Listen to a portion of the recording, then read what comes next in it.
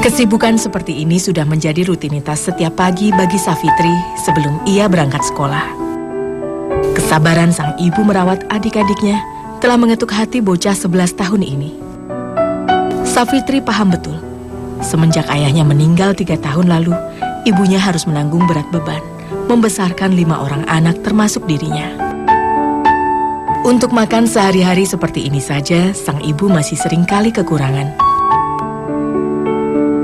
Beruntung, dengan lauk ala kadarnya pun, adik-adiknya tetap mau makan dengan lahap. Sedih, karena kalau adiknya minta apa-apa belum bisa diturutin. Biasanya kadang pakai kecap, ada mintanya minta ikan, terus mintanya sop, terus sayuran.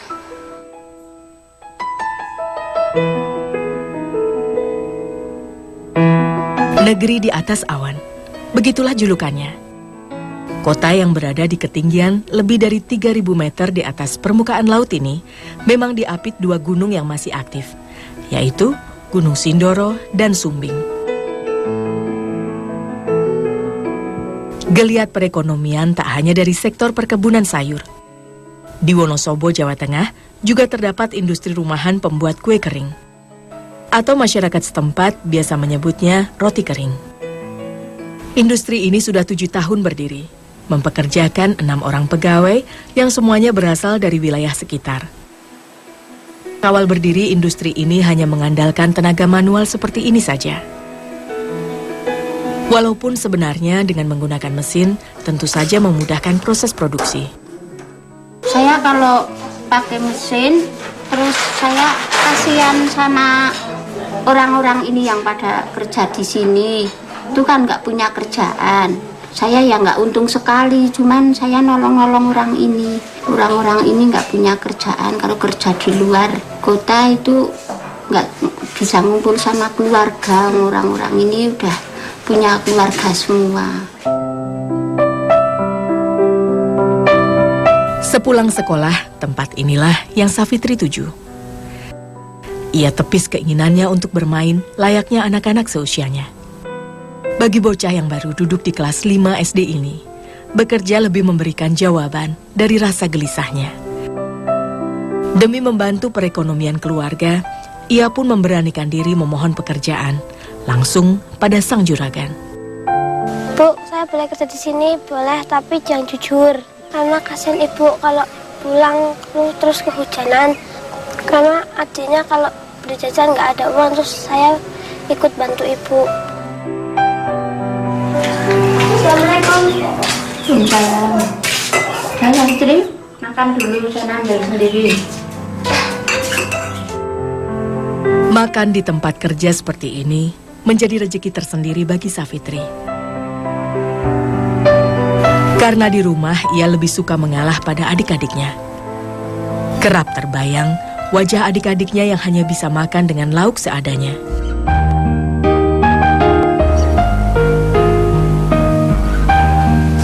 Safitri adalah pekerja paling muda di tempat ini dan menjadi satu-satunya yang masih bersekolah.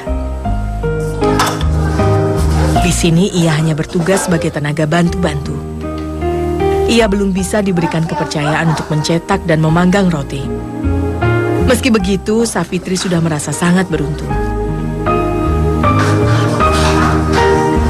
Untuk membuat roti kering, proses diawali dengan mencampur semua bahan.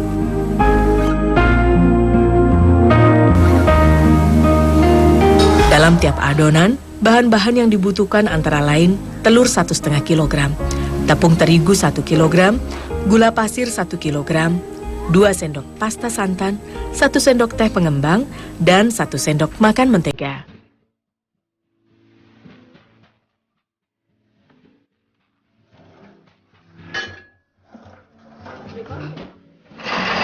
Satu-satunya mesin di tempat ini hanyalah mixer untuk mengaduk bahan-bahan roti agar dapat mengembang sempurna. Telur dan bahan lainnya ini harus dikocok selama 15 menit.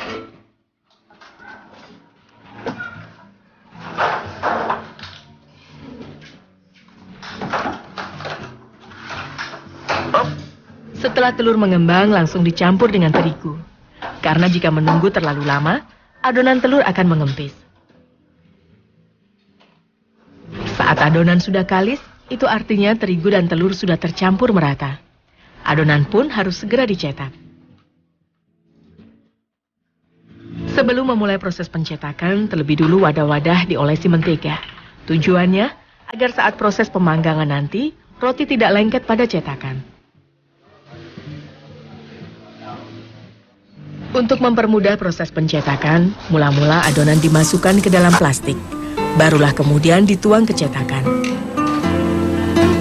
Adonan juga tidak boleh diisi penuh dalam cetakan, supaya saat adonan matang, roti tidak melebar dan tetap mengikuti bentuk cetakan.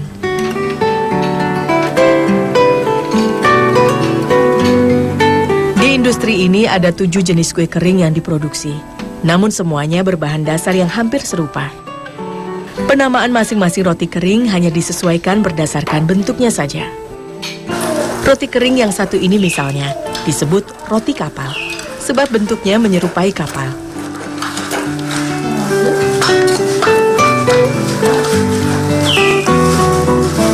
Agar tampilannya lebih cantik, adonan diberi titik-titik coklat.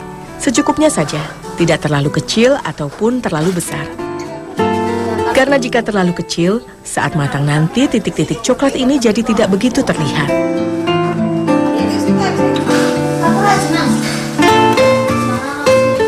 Setelah penuh, nampan berisi cetakan-cetakan adonan siap untuk dipanggang. Dalam proses produksi sehari-hari, ada 5 buah oven tradisional yang digunakan untuk memanggang. Apinya cukup dengan api sedang saja. Karena jika apinya terlalu besar, roti dengan ketebalan tak seberapa ini akan cepat gosong. Proses pemanggangan juga dilakukan dalam 2 tahapan. Awal memanggang, roti diletakkan di bagian oven teratas selama 10 menit. Selanjutnya, roti yang sudah setengah matang ini dipindah ke oven bagian bawah dan dipanggang lagi selama 5 menit. Hal ini dilakukan sebagai bentuk kehati-hatian agar roti dapat matang dengan sempurna tanpa menjadi gosong.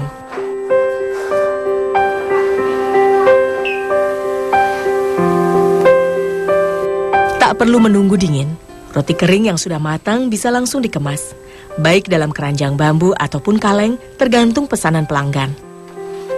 Dalam sehari, industri ini menghabiskan 30 kg adonan untuk mencetak 400 buah roti kering.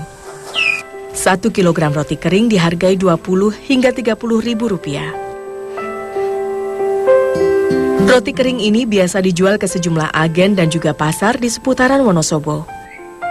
Lumayan diminati, terutama saat menjelang hari raya ataupun ketika di kampung sekitar sedang musim hajatan.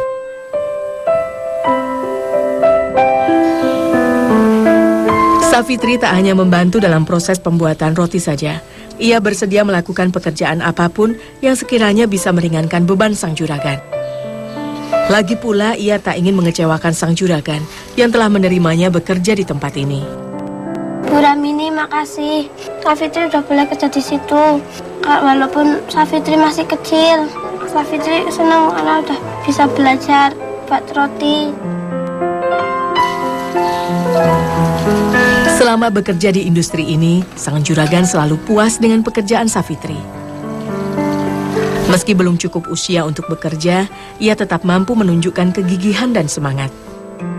Safitri anaknya itu pendiam, terus kerjanya ya tekun, nggak banyak ngomong.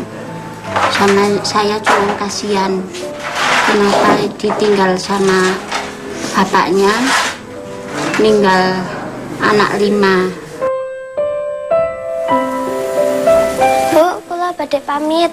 Niki roti sak kosong aja tak betul kula wangsul sama adik-adik. Oh iya, hati-hati rono ya. Ditambahi rono ning mburi sih ono. Nggih. Yuk anu. Opahmu arek digawa apen jaluk kapan? Nginjang mawon damel Mas klambi muslim. Oh iya, men karo tambah nganu ya. Nggih. Safitri sengaja tidak mengambil upahnya setiap hari. Hati-hati ya.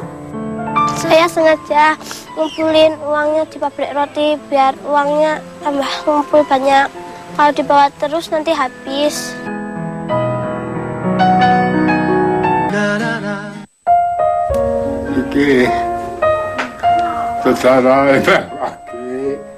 Safitri memiliki 4 adik.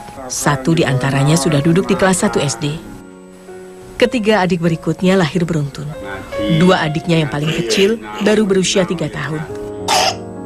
Mereka berdua terlahir kembar. Tentu saja, bocah-bocah di usia seperti ini masih membutuhkan perhatian ekstra. Safitri maupun sang ibu tak mungkin bisa menjaga bocah-bocah ini setiap saat. Selama ibunya bekerja di kebun, sang kakeklah yang mengasuh ketiga adiknya ini. Wage, usianya kini sudah 80 tahun. Namun ia tak pernah keberatan. Di usianya sesenja ini masih diberikan tanggung jawab untuk mengasuh cucu. Assalamualaikum. Safitri begitu menyayangi adik-adiknya. Mbah, roti saking Bu Rami. Setiap hari ia sengaja membawa roti-roti gosong yang tidak terjual ini untuk mereka. Ia pun kerap terharu saat adik-adiknya menyambut gembira roti yang ia bawakan. Aku senang karena bisa bawain adik-adik roti. Karena aku nggak bisa ngejajanin adik-adikku. Aku nggak bisa ngasih uang jajan sama adik karena nggak punya uang.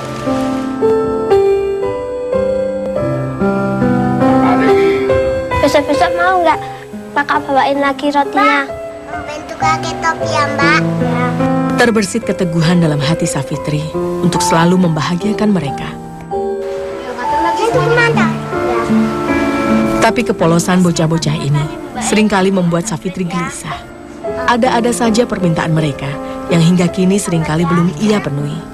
Setiap kali adik minta, saya kepinginnya sih nurutin, tapi nggak punya uang buat beliin mainan. Perkampungan di bawah 2 gunung aktif ini memiliki tanah yang subur. Mayoritas penduduk menggantungkan hidupnya dari hasil kebun. Tidak terkecuali dengan Sulastri, ibu Safitri. Meski tidak sepetak kebun pun ia miliki, ia hanya bekerja sebagai buruh kebun saja. Tak tentu penghasilannya. Harus menunggu ada sang pemilik kebun yang membutuhkan tenaganya, barulah ia bisa bekerja. Ya saya tuh ya lebih baik kerja daripada saya dikasih orang terus kan nggak enak. Ya nggak tahu sih nantinya kerjanya apa, ada yang nyuruh ya saya tak lakukan.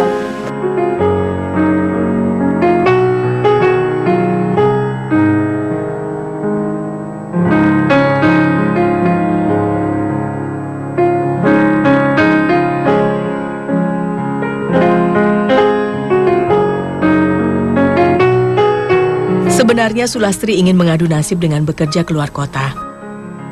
Ia bisa saja bekerja sebagai pembantu rumah tangga. Penghasilannya sudah tentu akan lebih menjanjikan daripada hanya sekedar menjadi buruh kebun seperti ini.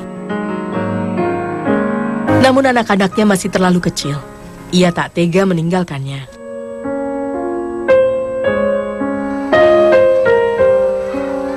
Tiga tahun lalu suami tercintanya telah berpulang menghadap Sang Ilahi. Mau tak mau Sulastri harus menopang tanggung jawabnya seorang diri. Tak ada lagi yang bisa ia andalkan selain fisiknya sendiri. Ada kalanya Sulastri merasakan betapa berat tanggung jawab yang mesti ia emban semenjak sang suami tiada. Kalau hujan pasti teringat suami saya. Kalau suami saya tidak ada ya terpaksa saya kerja sendiri. Buat anak-anak, buat kakak itu kan, jadi kan saya bisa lakukan itu.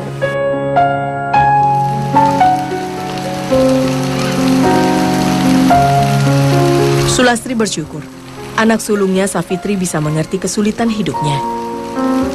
Ia pun merasa bangga, karena di usia yang masih belia, Safitri sudah mau bekerja sebagai buruh roti kering. Walau sebenarnya, Sulastri kerap merasa tak tega. Rasa saya sih kayak teriris-iris, makanya anak itu masih kecil ya kan. Kayaknya itu belum tega, anak kerja keras itu buat makan adik. Katanya saya cegah ya, kata dia nggak mau.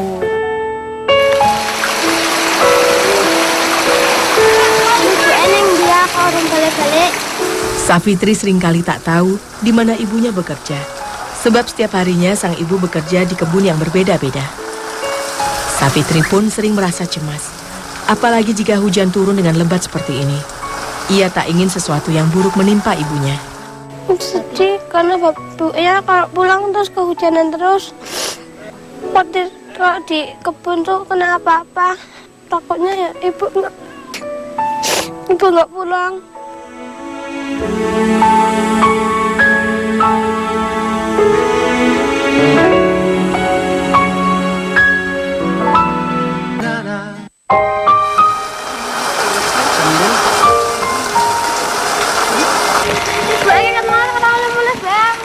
Gaweane ora rampung, ngenteni rampung. Ora ngenteni wong teko. Sesak rasanya bagi Safitri setiap kali menyaksikan sang ibu pulang bekerja seperti ini. Ia berharap ibunya selalu diberikan fisik yang sehat.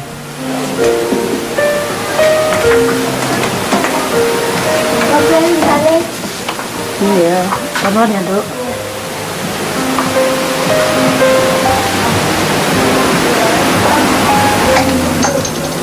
Orang kerja baik.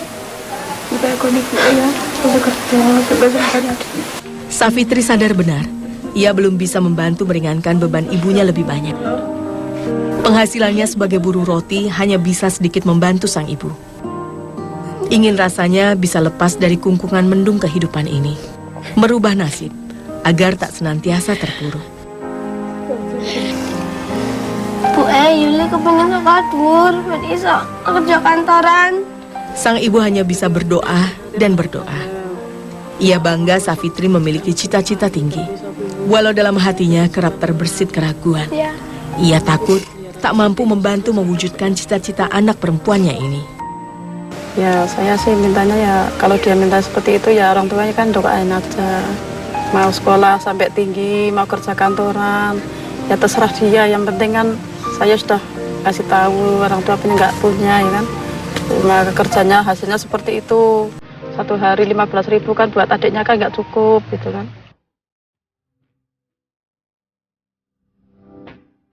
Sang kakek Wage pun tak kuasa berbuat apa-apa. Semenjak anak laki-lakinya meninggal dunia, keluarga ini tidak hanya kehilangan sosok pemikul tanggung jawab, tapi juga figur seorang ayah. Hanya Safitrilah yang masih mampu mengingat wajah mendiang sang ayah. Sementara adik-adiknya hanya bisa tahu tentang sang ayah melalui cerita dari ibunya atau sang kakek. Saat sang ayah wafat, si kembar saat itu masih menyusu.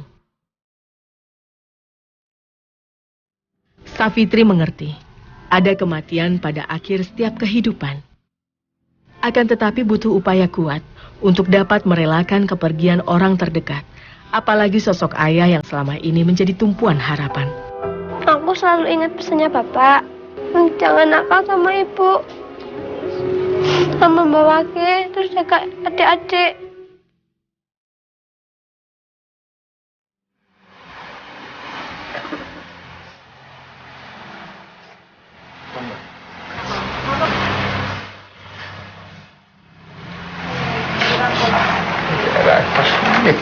Bapak ya sayang, bapakmu ngatono ya sayang. Sawitri itu lah, Sawitri itu sayang karo bapak. Wage selalu berusaha tabah di depan cucu-cucunya. Tetapi ketika melihat kerinduan sang cucu seperti ini, ia pun tak lagi mampu menyembunyikan pilu dalam hatinya. Dalam dekapan kakeknya, kerinduan Safitri pada sosok sang ayah pun sedikit terobati. Terus itu itu ya.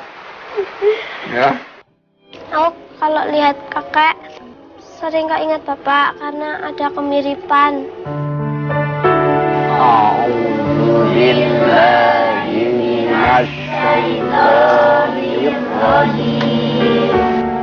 Lelah bekerja tak menjadikan Safitri malas untuk mengaji.